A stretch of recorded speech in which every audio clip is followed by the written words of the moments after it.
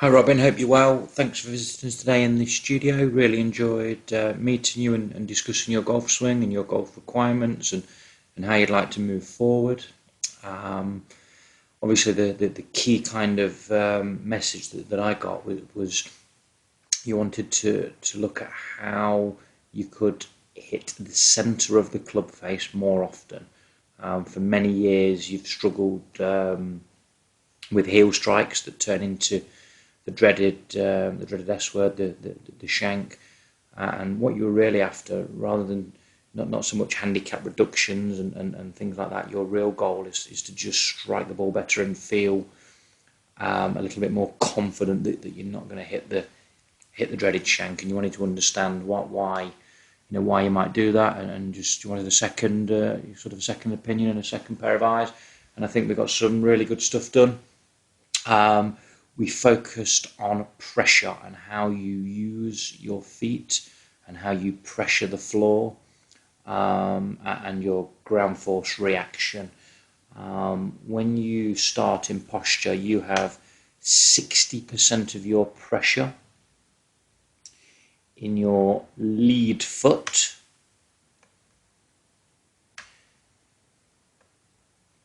and you have 40% of your pressure in your trail foot.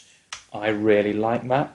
We need pressure in the lead foot to be able to push from the lead foot and create a backswing. So I really like that. Your pressure shift in the backswing is excellent. So you'll see up on the left hand side this pressure shift here. If I wind that back, you move nicely from kind of 60 40, and you load up your trail side at the top. So at this point here, you have 70% of your pressure in your trail side, which is really good. You make a lovely pressure transition, and you leak pressure into your lead foot nice and early. You'll see there on that pressure trace on the left hand side, this kind of bar here. You'll see, if I just back this up a little bit, so you're 70-30 at the top, and you'll see you leak that pressure across 75-25. So the pressure from right to left is excellent. However, it's very much in the toes. At this point here, you've got 80% pressure in your lead toe. That will be a contributing factor to this sweet spot going forwards, and the heel or the hosel getting closer to the ball. One of the things we looked at was the rotation element in the transition. So what you'll see on the left hand side here, rather than rotating into the lead heel, you kind of pressure that toe. You'll see that knee kind of go down.